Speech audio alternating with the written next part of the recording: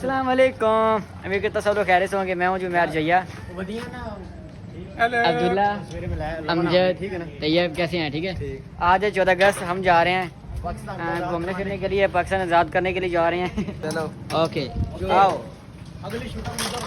चलें जी, हम जाने लगे। हम चलते हैं क्योंकि हमने पूरे शहर में घूमना फिरना है, घूमनी करनी है, तो इसलिए पेट्रोल होना जरूरी है। पेट्रोल डलवाना है इसलिए किधर से चलते हैं? चलो ऐसे करते 500 का डलवा लेते हैं, क्या कहते हैं?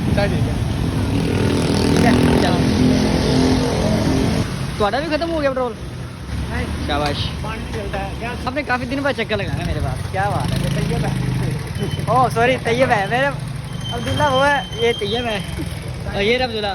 ज़्यादातर अब्दुल्ला हम रहते हैं अब्दुल्ला के साथ, इसलिए वो उसका नाम मुझे याद है और तैयब का मैं थोड़ा सा भूल गया था। आगे पीछे चले चलो यार, चले चले।